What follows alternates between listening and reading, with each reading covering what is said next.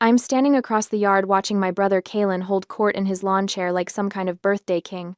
30 years old today, and he's never worked an honest week in his life. The string lights we hung this afternoon cast everyone in a warm glow that feels like a lie. Barbecue smoke mixes with the burning wood in the fire pit, and 20 relatives laugh at something Kalen just said. My wine glass stops halfway to my lips when I see Ilara. She's 12, my whole world, and she's walking toward Kalen with a wrapped box clutched in her trembling hands. I know what's in that box.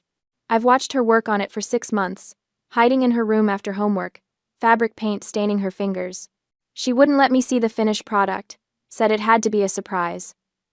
Uncle Kalen, Ilara whispers. Her voice barely carries over the crackling fire. I made this for you. Kalen takes the box without looking at her. He's already drunk.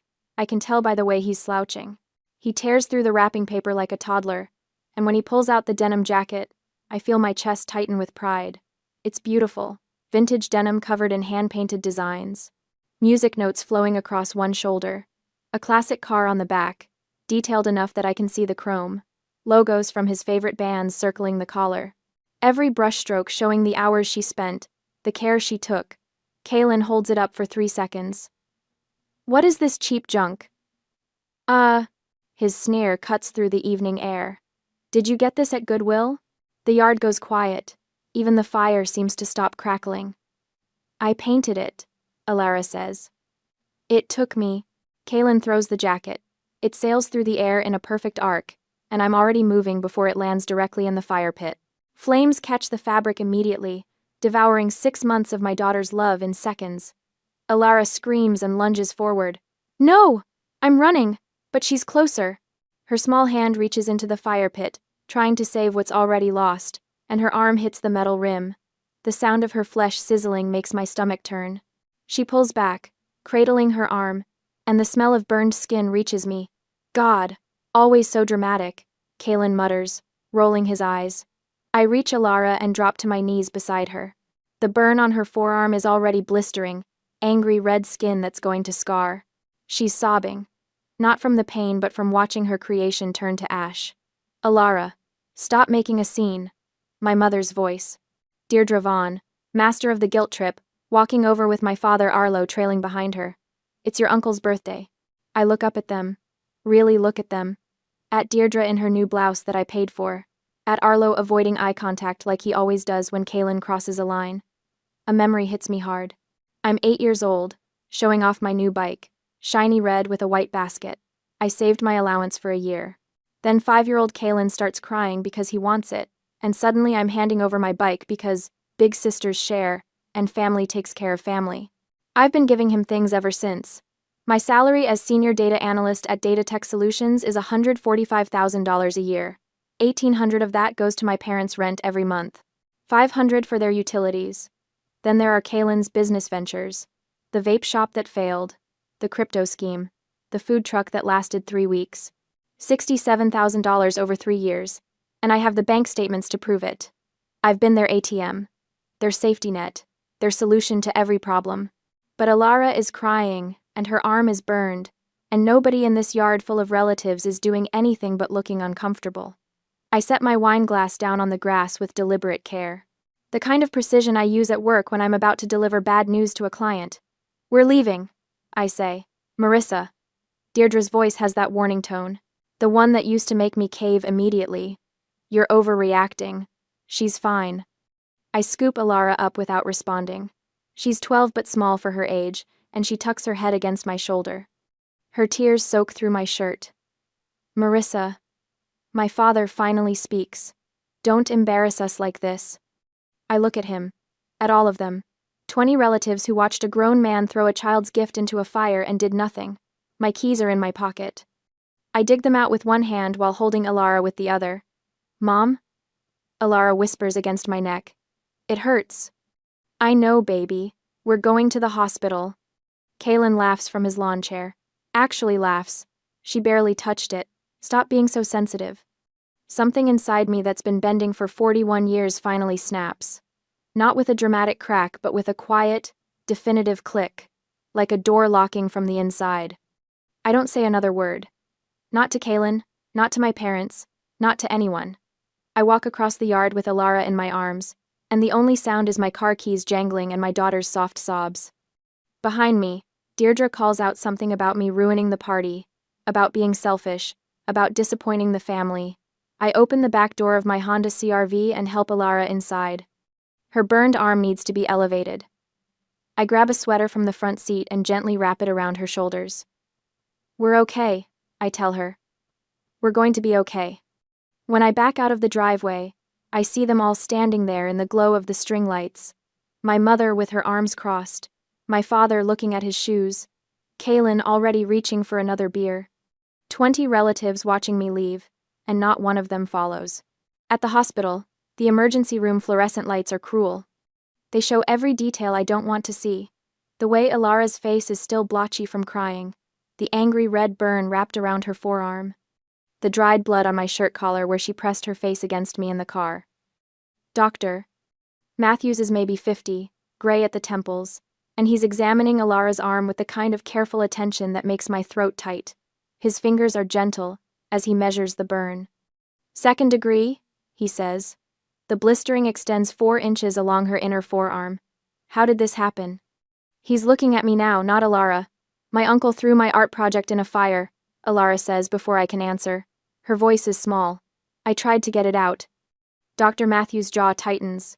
He sets down his measuring tape and pulls up a stool, sitting so he's eye level with both of us. I need to explain something. His tone is serious, the kind doctors use when delivering bad news. When a child is injured due to reckless adult behavior, I'm what's called a mandatory reporter. That means I'm required by law to contact the authorities. My stomach drops. The authorities? Child Protective Services. And the police. He looks at Alara, then back at me. I will make the calls. They'll want to speak with you both. Alara's good hand finds mine and grips tight. My uncle didn't mean to hurt me, she whispers. Intent doesn't matter, doctor. Matthews says gently. What matters is that you were hurt, and it could have been prevented. My phone starts buzzing in my pocket. I pull it out and the screen lights up with notifications. 14 missed calls, 23 text messages, all from the same group chat, Vaughn family. I open the text because I can't help myself. Mom, where did you take Alara? We need to talk about this. Dad. Marissa, answer your phone. Kaylin. You're being ridiculous. Mom, you embarrassed us in front of everyone. Kaylin. It was a joke. She's fine. Dad. Call us back now. The messages keep coming, filling the screen. I scroll through them while Dr. Matthews works on Alara's arm, applying some kind of gel that makes her wince. Then I see the one from my father that makes everything crystallize. Dad, you're embarrassing this family. Get back here and apologize to your brother. Apologize. To Kaylin. For taking my burned daughter to the hospital. I stare at those words until they blur. Alara's uninjured hand is still holding mine, small and trusting, and something fundamental shifts in my chest. Not the snap from earlier. This is quieter. This is me finally seeing clearly after 41 years of fog. Dr. Matthews is explaining wound care, saying something about keeping it dry and watching for infection, but I'm opening my banking app. My fingers know the password by muscle memory. I navigate to transaction history and start scrolling. 3 years of transfers line up on the screen like evidence at a crime scene. Kaylin's vape shop. $20,000, transferred in 4 installments last spring. The shop closed after 6 months. Kaylin's crypto investment scheme. $8,000. He promised me triple returns. I never saw a penny back. Kaylin's food truck. $15,000 for equipment and permits. It lasted 3 weeks before he got bored. Then there are my parents. $2,300 every month like clockwork. $1,800 for rent, $500 for utilities. But I remember Mom posting photos from that Caribbean cruise in July. I remember Dad buying a new riding mower in August. $67,000. The number sits on my screen, undeniable. I screenshot everything, every transaction, every date, every amount. My finger moves automatically, saving each image to my photo library, then forwarding them all to my personal email. The kind that's not connected to any family member. The kind nobody else knows about. Doctor. Matthews is wrapping Alara's arm now, white gauze circling the burned skin. I open the Vaughn family group chat, and attached 2 screenshots. My last pay stub showing my salary at Data Tech Solutions, and a calculation I've been avoiding for years. Rent payments, utility payments, failed business ventures, every dollar listed with dates. My thumbs hover over the keyboard. I type, "The police are on their way. The ATM is closed. You are on your own." Send. I watch the blue check marks appear, showing everyone has read it. Then I scroll up through 3 years of messages. Every guilt trip, every manipulation. Every time they made me feel like I owed them something. I mute the chat. Then I block Deirdre's number, Arlo's number, Kaylin's number. The phone stops buzzing. "Mom?" Alara is looking at me with wide eyes. "What did you do?" Something I should have done a long time ago. My voice sounds steadier than I feel. There's a knock on the exam room door. A woman in slacks and a blazer steps in, holding a tablet. Behind her is a uniformed police officer, young enough to be my nephew, with kind eyes and a notebook. "Miss Lewis? I'm Sandra from Child Protective Services. This is Officer Morrison. We need to ask you some questions about tonight." I stand up, still holding Alara's hand.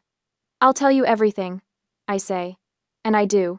The birthday party, the handmade jacket, Kaylin throwing it into the fire, Alara lunging after it, the burn, the family telling me I was overreacting. Every detail spills out in chronological order, the way I'd organize data at work. Officer Morrison writes it all down.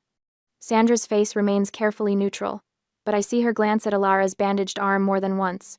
"We'll need to speak with your brother," Officer Morrison says. "And your parents." Good luck with that. The words come out harder than I intend. They're probably still at the party. My phone buzzes. Not from the family group chat, since I muted that. This is a different notification, a voicemail from a number I don't recognize. I put it on speaker without thinking. "Marissa." Deirdre's voice fills the exam room. She must have borrowed someone's phone. "I don't know what you think you're accomplishing with this little tantrum, but you're tearing this family apart. Kaylin made a mistake. People make mistakes. That's what family does. We forgive. We move on. We don't run to lawyers and police like strangers." There's a pause, and I can hear her breathing. "Everything we've done for you.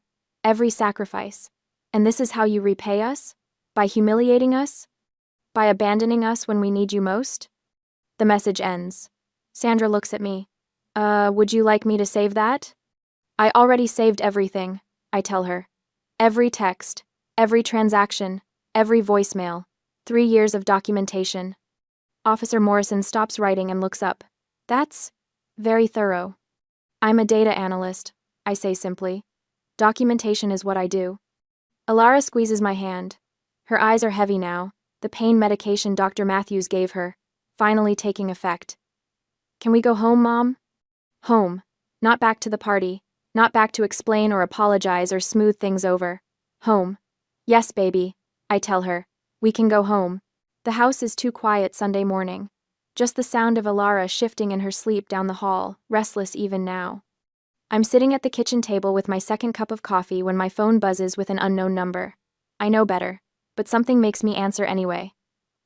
"Marissa." Arlo's voice. Not his own phone. It's Dad. "I know who you are.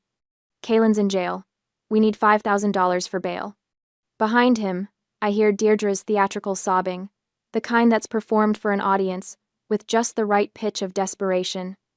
I can picture her dabbing at dry eyes with a tissue. "Do you hear your mother?" Arlo says. "She's falling apart. This is killing her." I take a sip of coffee. It's gone cold. "Marissa? Are you there?" "Yes." "So you'll help? We can meet you at the bail bonds place in an hour. Your mother needs to see Kaylin home where he belongs." The entitlement in his voice is staggering. Like the past week never happened. Like Alara's burn isn't still wrapped in gauze down the hall. I disconnect without saying another word. The phone rings again immediately. Unknown number. I silence it and watch the screen light up twice more before it stops. 10 minutes later, my Ring doorbell camera sends an alert. I pull up the app on my phone and there they are. Arlo and Deirdre standing on my front porch like they have every right to be there. Deirdre is crying. Real tears this time, or at least real enough for the neighbors to see. She's wearing black like she's in mourning, and Arlo keeps putting his arm around her shoulders in a way that looks rehearsed. I watch them through my phone screen. Deirdre rings the doorbell 3 times. Then she starts talking, her voice carrying across the lawn. My own daughter won't even answer the door. Won't help her baby brother. I raised her better than this. A jogger slows down to look. Mrs. Rodriguez from next door comes out to water her plants even though it's barely 8 in the morning. They stay for 45 minutes. Deirdre alternates between crying and calling my name. Arlo tries the doorknob twice. At one point, Deirdre sits down on the porch, steps and puts her face in her hands, shoulders shaking. It's Mrs. Rodriguez who calls the police. I see her on her phone, gesturing toward my house, her face set in angry lines. The patrol car pulls up 12 minutes later. Arlo spots it first and touches Deirdre's shoulder. She stands up slowly, wiping her eyes, and they walk to their car with dignity. Like they're the victims here. Like they're just a concerned family who got turned away. They're gone before the officer reaches my door. My phone buzzes with a text from Arlo an hour later. I read it while Alara picks at her breakfast across from me, her burned arm resting on a pillow. You did this. We're going to be homeless. I set the phone face down on the counter. Alara looks up at me, her eyes too old for 12. Was that them? Yes. What did they want? Money. She goes back to pushing scrambled eggs around her plate. She hasn't touched her bacon. When I reach over to light the stove to heat up some tea, she flinches at the click of the ignition. The eggs go into the trash. I don't comment on it. That afternoon, I call Dr. Sarah Williams. Her receptionist can fit Alara in on Tuesday. I take the appointment and add it to my calendar with the same efficiency I use for work meetings. Tuesday evening, Alara comes out of her first therapy session with red eyes. Doctor. Williams walks her to the waiting room and gives me a look that says everything without words. Same time next week, Dr. Williams says gently. In the car, Alara stares out the window. We're halfway home when she finally speaks. Did I do something wrong? My hands tighten on the steering wheel. What? With the jacket. Was it not good enough? I pull into a parking lot and put the car in park, turn to face her. You did nothing wrong. Not one single thing. Then why did he? Because he's broken inside. And broken people break things. That's not your fault. She nods, but I can tell she doesn't believe me yet. Her art supplies are still untouched in the corner of her room. I saw them this morning when I went to wake her up. Wednesday brings Aunt Cheryl. I don't recognize the Arizona number, so I answer thinking it might be work-related. Marissa, honey. Her voice drips with false concern. Your mother called me. She's devastated. I'm sure she is. Now I know there's been some family drama, but family takes care of family. Your parents raised you. They sacrificed so much. And Kaylin, well, he's just going through a rough patch. We all need help sometimes. The speech sounds rehearsed. Probably because it is. I can hear Deirdre's words coming out of Cheryl's mouth. I'm protecting my daughter. This conversation is over. I hang up before she can respond. Thursday changes everything. Jennifer Morgan calls me back. I found her through the domestic violence resources the hospital gave us, and I wasn't sure she'd take the case. But her voice is crisp and professional when she speaks. I'm taking this pro bono. I've seen cases like this before. We're filing for a restraining order against your entire family. The whole family? Your parents enabled the assault. Your brother committed it. Anyone who contacts you on their behalf becomes part of the harassment pattern. We're building a wall, Marissa. A legal wall they can't climb over? That same afternoon, I freeze both mine and Alara's credit reports. Jennifer walks me through it on the phone, explaining how my mother knowing our social security numbers makes us vulnerable. Identity theft is common in these situations, she says. Financial abuse doesn't stop just because you cut off access. The security system gets installed Friday morning. Cameras at every entrance. Motion sensors. A panic button by my bed. The technician shows me how to access everything from my phone. You'll get alerts for any movement, he explains. You can review footage going back 30 days.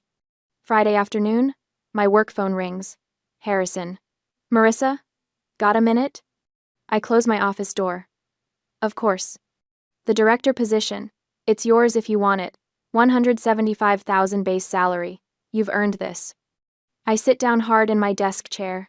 $30,000 more a year. Money that used to go to my family's rent, their utilities, They're emergencies that were never really emergencies. I want it. I say, congratulations. Paperwork will be ready Monday. That night, Alara is having another nightmare. I hear her crying through the wall and go to her room. She's tangled in her sheets, whimpering about fire. I sit on the edge of her bed and smooth her hair back. She wakes up slowly, her eyes focusing on me in the darkness. Mom? I'm here. I dreamed the whole house was burning. All my drawings. Everything. Just a dream. We're safe. She burrows against my side, and I hold her until her breathing evens out. But I don't leave. I stay there, watching her sleep, thinking about the spreadsheet I made earlier. $1,800 for rent, $500 for utilities, countless loans that were never paid back, $67,000 over 3 years. I've been funding my own abuse, paying them to hurt us. The realization sits in my chest like a stone. It's almost 4 o'clock when my phone buzzes with a security alert. I'm back in my own room, reviewing the restraining order paperwork Jennifer sent over, when the notification lights up my screen. Motion detected at garage. I pull up the camera feed. The image is grainy in the darkness, but the motion-activated lights click on, and I see him clearly. Kalen. He's walking toward my garage with that distinctive swagger. The entitled roll of his shoulders. His hands are carrying something metal. A crowbar, maybe. Or a tire iron. He stops at the garage door and looks directly at the camera. Smiles. My finger hovers over 911 on my speed dial. My other hand is already taking screenshots, documenting everything. Evidence for Jennifer. Proof for the restraining order. Kalen raises the metal object and takes a step closer. I press call. 911. What is your emergency? There is an intruder at my garage, I whisper, my eyes glued to the screen. On the feed, the motion sensor floodlights blaze to life, blindingly bright. Kalen flinches, shielding his eyes. He spots the camera lens, creates a rude gesture, and stumbles backward. He turns and runs into the darkness, just as the distant wail of a siren cuts through the night. He got away. For now. The morning after Kalen's garage prowling, I sit at my kitchen table with a cup of coffee going cold between my hands. The police arrived 3 minutes too late last night. They took a report, patrolled the neighborhood, but he was gone. My phone shows 3:47 a.m. on the security camera footage, Kalen's distinctive swagger as he approached my garage. The metal tool in his hands catching the motion sensor light. I have the report number. I have the footage. But watching that freeze frame in the quiet dawn light, something else catches my attention. The Ford Bronco in the Vaughn driveway, visible in the background of the frame before he blocked the view. I bought that truck 2 years ago when Kalen claimed he needed reliable transportation for job interviews. $23,000. The title is in my name because his credit was garbage. The insurance comes out of my account every month. $162 that I've paid 24 times now. He's been driving my truck. Alara shuffles into the kitchen, hair messy from sleep. The burn scar on her arm is healing but still angry pink. She doesn't ask why I'm up so early anymore. She knows. Morning, baby. I close my laptop. Want some pancakes? Just cereal. She pours herself a bowl, and we eat in comfortable silence. This is our new normal. Quiet mornings. No drama. No relatives showing up unannounced, because I finally got that restraining order after the party incident. But the restraining order doesn't cover my property. After Alara leaves for school, I pull up Kevin's number. He runs a towing company, helped me when my CRV broke down last year. Honest guy. Doesn't ask unnecessary questions. Kevin? Marissa Lewis. I need a truck towed from an address. It's mine. Title's in my name. No problem. What time? 6 a.m. tomorrow. Before anyone's awake. I text him the Vaughn address and the Bronco's plate number. Then I pour fresh coffee and open my banking app. That automatic payment to their landlord? Cancelled 3 weeks ago. The utility payment? Gone. Every subscription I was covering? Done. My phone stays quiet until 9:32 a.m. Then Kalen's call comes through. I let it go to voicemail, watching the notification light blink. When I play it back, his voice is shaking with rage. That's my truck. You can't just take it. I need that to get to job interviews. The last part almost makes me laugh. Job interviews. Right. You're a vindictive witch, you know that? I'm calling the cops. I forward the voicemail to Jennifer Morgan, my attorney. Her response comes back in 2 minutes. Beautiful. He just admitted he's been using your property. Want me to respond? Please. Jennifer's email to Kaylin is 3 sentences. Professional, cold, devastating. Per the title and registration, the 2022 Ford Bronco belongs to Miss Lewis. She may dispose of her property as she sees fit. Check the paperwork. I imagine his face reading that. The moment he realizes he has no legal ground to stand on. The truck is mine. Always has been. That small victory carries me through the rest of the day. Alara comes home from school talking about her art class, and I actually listen instead of checking my phone every 30 seconds for the next family crisis. We make dinner together, watch a movie, go to bed at a reasonable hour. The doorbell camera alert wakes me at 2:13 a.m. I grab my phone from the nightstand, heart already racing. The camera shows Kaylin on my front porch. He's swaying. Drunk. His fist pounds on my door hard enough that the camera shakes. Marissa! His voice slurs. Open up. We need to talk. I'm already dialing 911 when I hear Alara's door open. Mom? Her voice is small, scared. Get in my room. Now. I meet her in the hallway and pull her into my bedroom. She crawls into my bed while I stay by the door, phone in one hand, finger hovering over the record button for the doorbell's audio feature. Kaylin pounds again. I know you're in there. You think you're so smart? Taking my truck? Calling the cops on me? His voice rises to a shout. I'll burn this house down with you in it. My blood goes cold. Those exact words, captured on visual voicemail, recorded on the doorbell camera. 911. What's your emergency? My brother is on my front porch making threats. He's violating his bail conditions and threatening to burn my house down. The dispatcher's voice is calm. Is he armed? I don't know. I can't see his hands clearly on the camera. Officers are on the way. Stay inside. Don't open the door. Alara is crying softly behind me. I look back and see her curled up in my closet, surrounded by my shoes and hanging clothes. Hiding. Like she did the night her uncle burned her gift.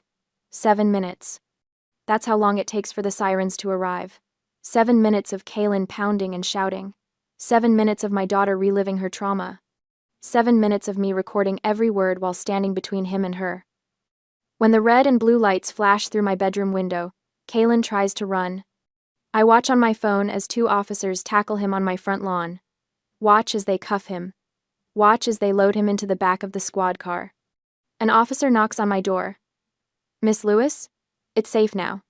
I go downstairs and open the door, showing him my phone with the footage. The threats, the pounding, the visual voicemail, with his exact words about burning down my house. He's violating his bail conditions. The officer says. This is also terroristic threats. He's not getting out this time.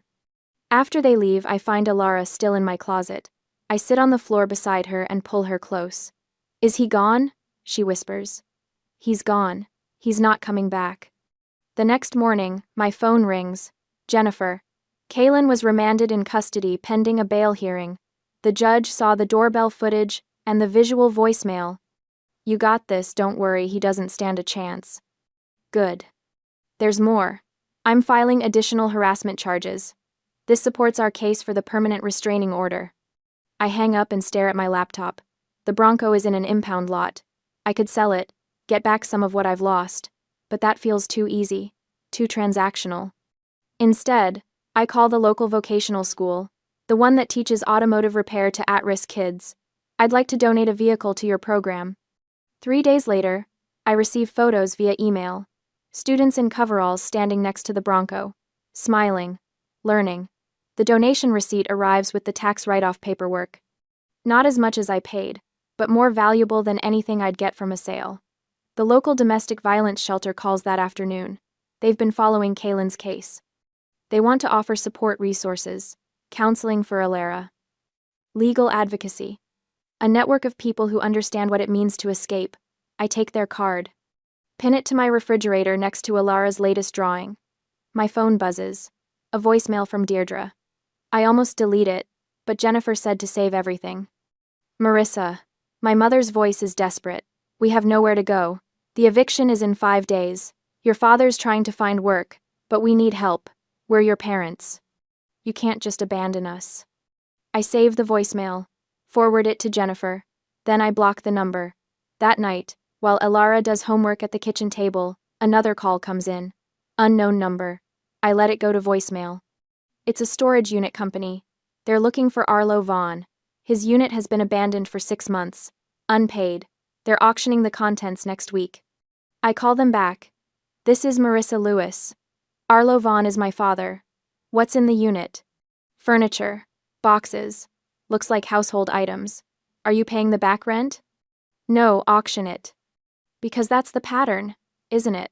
They've been living beyond their means long before I started funding their lifestyle. The cruises while I paid their rent.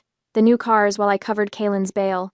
The storage unit they couldn't afford while demanding I support them. I was never helping. I was enabling. Jennifer calls again the next morning. The extended family is asking questions. Your Aunt Cheryl called my office. What did you tell her? That you have no comment. But Marissa? They're starting to see the truth. The eviction. The arrests. The storage unit. They're connecting the dots. I hang up and look at Elara. She's drawing again, for the first time since the fire, her hand moving across the paper with confidence. The ATM is permanently out of service. And I'm never opening for business again. Day 29 of the eviction notice, and my email inbox chimes with a sound I used to dread. Deirdre's name appears on the screen, and my finger hovers over the delete button. But Jennifer told me to save everything, so I open it. The subject line reads, "Please, just listen." 2 photos load first. Me at 7, Kaylin barely 3, both of us on a backyard swing set. Another one from some Christmas, Kaylin opening presents, while I help him tear the wrapping paper. The email itself is short. These were happier times, weren't they? Before you turned your back on us. I wonder what Elara would think if she knew what kind of person her mother really is. I still have yours and Elara's social security numbers from when we did your taxes, remember? Think about what you're doing to this family. I read it twice. The threat is clear enough. Identity theft wrapped in a blanket of guilt and nostalgia. I forward it to Jennifer with a single line. Is this what I think it is? Her response comes back in under 5 minutes. Oh, this is beautiful. Screenshot everything. This helps us significantly. I don't feel beautiful. I feel tired. But I screenshot the email, save the photos with timestamps, and add it to the folder labeled Evidence that now contains 47 items. The emergency hearing for the permanent restraining order happens 3 days later in a courtroom that smells like floor polish and old paper. Jennifer sits beside me at the plaintiff's table, her burgundy blazer sharp and professional. Across the aisle, my parents have some public defender who looks fresh out of law school. Kaylin appears on the video screen from county jail, orange jumpsuit stark against the white wall behind him. His hair is shorter than I remember, and there are dark circles under his eyes. He looks at the camera with the same entitled expression he's worn his whole life. Judge Patricia Williams is in her 60s, gray hair pulled back, reading glasses perched on her nose. She's reviewing the evidence packet Jennifer submitted. Videos of the birthday party, the hospital report with photos of Elara's burn, transcripts of Deirdre's voicemails. The email with its thinly veiled threats. Mr. and Mrs. Vaughn, Judge Williams says without looking up. I've reviewed the Child Protective Services report. It confirms that your grandson's actions constituted child endangerment, and that you, as adults present, failed to intervene or seek medical attention for the minor. Deirdre starts to speak, but the public defender touches her arm. She ignores him. Your Honor, we're her parents. Marissa is overreacting to a simple accident. Kaylin didn't mean any harm. That jacket was practically garbage anyway, and Elara shouldn't have been so sensitive about. Mrs. Vaughn. The judge's voice cuts through the courtroom like a blade. Your son threw a child's handmade gift into a fire. When that child attempted to retrieve it, she sustained second-degree burns requiring emergency medical treatment. Your response was to tell her to stop making a scene. Is that your testimony? My mother's mouth opens and closes. Beside her, my father stares at his hands. Judge Williams looks at the screen where Kaylin sits. Mr. Vaughn, you were arrested for making terroristic threats against your sister. The doorbell camera footage shows you intoxicated at 4 a.m, first, then once again threatening to burn down her house with her and her daughter inside. Do you dispute these facts? Kaylin shrugs. I was drunk. People say stupid stuff when they're drunk. People say what they mean when they're drunk. Judge Williams responds. She removes her reading glasses and looks directly at him through the screen. They just lose the filter that usually stops them from saying it out loud. She picks up another document. I'm also reviewing an email sent by Mrs. Vaughn containing what appears to be a threat to misuse hers and her daughter's social security numbers. Mrs. Vaughn. Did you send this email? Deirdre's face goes pale. I was upset. I wasn't actually going to. Answer the question. Did you send it? Yes. But. Thank you. Judge Williams makes a note on the paperwork in front of her. She looks at me for the first time, and her expression softens slightly. Miss Lewis, I'm issuing a comprehensive restraining order valid for 5 years. The defendants are prohibited from any contact with you or your daughter. That includes phone calls, emails, text messages, social media contact, or third-party communication. They must maintain a distance of at least 500 feet from your residence, your daughter's school, and your workplace. Relief washes over me, but I keep my face neutral. Jennifer squeezes my hand under the table. Your Honor, that's excessive, the public defender tries. These are her parents. Surely some level of contact. Counsel, your clients have demonstrated a pattern of financial exploitation, emotional manipulation, and most recently, threats of identity theft. The mother witnessed her son burn a child, and told that child she was making a scene. I see no evidence that contact with these individuals serves any beneficial purpose for Miss Lewis or her minor daughter. The gavel comes down with a sharp crack that echoes through the courtroom. Outside, Jennifer walks me to my car. The air is cold, and I pull my coat tighter. The prosecutor received your documentation about Kaylin's threats. She says, he's been offered a plea deal, 18 months in state prison instead of risking 5 years at trial. His attorney is recommending he take it. Will he? Someone looking at potential 5 years versus guaranteed 18 months? Yes, he'll take it. I unlock my car but don't get in yet. What about the social security numbers thing? I'm helping you place fraud alerts on all your credit reports today. The permanent credit freeze you already have stays in place for both you and Alara. We're also updating your power of attorney documents to explicitly exclude any family members. Your will gets revised to remove them as beneficiaries, and your life insurance beneficiary changes to a trust for Alara. She hands me a folder. Everything you need is in here. Sign where the tabs are, and bring it to my office tomorrow. That evening, a package arrives. No return address, but the postmark is from the vocational school across town. Inside is a framed photograph showing 3 students in coveralls working on the Bronco's engine. The truck looks good, better than when Kaylin had it. There's a small plaque at the bottom of the frame, donated by Marissa Lewis, in support of students who work for their future. I hang it in the hallway, right where I'll see it every morning. A reminder that resources go to people who work, not people who take. Later, I open my banking app and set up an automatic monthly transfer, $2,300, the exact amount I used to waste on my parents' rent and utilities. It goes straight into Alara's college trust fund. The ATM is permanently out of service, but the vault is now open for people who matter. 6 months have passed since that night in the emergency room, and I'm standing in my kitchen watching Alara flip pancakes with her 2 best friends. The burn scar on her forearm catches the morning light, faded but visible. She doesn't hide it anymore. Mom, can we make chocolate chip ones next? Alara asks, waving the spatula like a conductor's baton.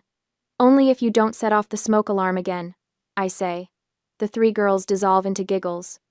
6 months ago, the sound of the gas stove clicking to life would send Alara running from the room. Dr. Williams says that's what healing looks like. Not perfect, but functional. Mrs. Rodriguez appears at the back door with a basket of fresh strawberries from her garden. She's become what Deirdre never was, a grandmother figure who shows up without expecting payment. I heard pancakes, she says, letting herself in. Hope you made enough for one more. The kitchen table is covered in art supplies. Alara's been working on a new jacket design, this one for herself. Bold strokes of crimson and gold, nothing timid about it. The art therapy started as treatment, now it's just who she is. Later that morning, I find the envelope in the mailbox. Plain white, Deirdre's handwriting on the front. No return address, but I recognize the slant of her letters. I take it to the fireplace and read it once, just once. She writes about hardship, About living in her cousin's basement 3 states away. About Arlo working as a grocery bagger at 65, coming home with aching feet. She doesn't apologize. She never does. Instead, she explains how difficult things are, how they're barely surviving, how family should help family. The manipulation is so familiar it almost makes me laugh. I drop the letter into the fireplace and watch the paper curl and blacken. The flames consume her words the same way they consumed Alara's jacket all those months ago. But this time, there's no screaming. No desperate attempt to save what's burning, just release. That evening, our chosen family gathers around my dining table, Harrison and his wife Diane, Mrs. Rodriguez, with her famous empanadas. We started these monthly dinners 3 months ago, and they've become the kind of tradition I actually want to keep. Alara's birthday is next week, Diane says, passing the salad. Have you thought about what she wants? She made a registry at the art supply store, I say. No homemade gifts required. Harrison laughs. He's been my boss for 8 years, but somewhere along the way he became family, the kind that doesn't send bills. 2 days later, I'm standing in a youth art gallery watching strangers admire my daughter's work. The piece is titled, Phoenix Rising. It's a denim jacket, painted to look like it's emerging from flames. The symbolism isn't subtle, but Alara's 12. Subtle can wait. She stands beside her work with her shoulders back, explaining her technique to a woman with a gallery badge. The confidence radiating from her makes my chest ache in the best way. My phone buzzes in my purse. I pull it out and see the caller ID. State Correctional Facility. Collect call. Kaylin. I show the screen to Alara. She glances at it, then back at the crowd around her artwork. I don't need to talk to him, she says. I'm busy being happy. I press decline and block the facility's number. Right there in the gallery, with people milling around us, I cut the last thread. That night, I sit on the back deck with my journal. Fairy lights glow overhead, the same kind that hung at Kaylin's birthday party. But these are mine, strung by my own hands, lighting a space where manipulation isn't welcome. I write, a year ago I was an ATM. Today, I'm a mother. Beside me, Alara paints on a fresh canvas. Her brushstrokes are confident, certain, Mrs. Rodriguez's music drifts from next door, something soft and Spanish that makes the evening feel complete. This is what freedom looks like. Not dramatic or explosive, just peaceful. I add one final line to my journal entry. The ATM is permanently out of service. Alara glances over at what I've written and grins. Good, she says. We never needed them anyway. Sad. She's right. We didn't. Have you ever had to choose between family and your child's safety? Sometimes love means letting go. What would you have done?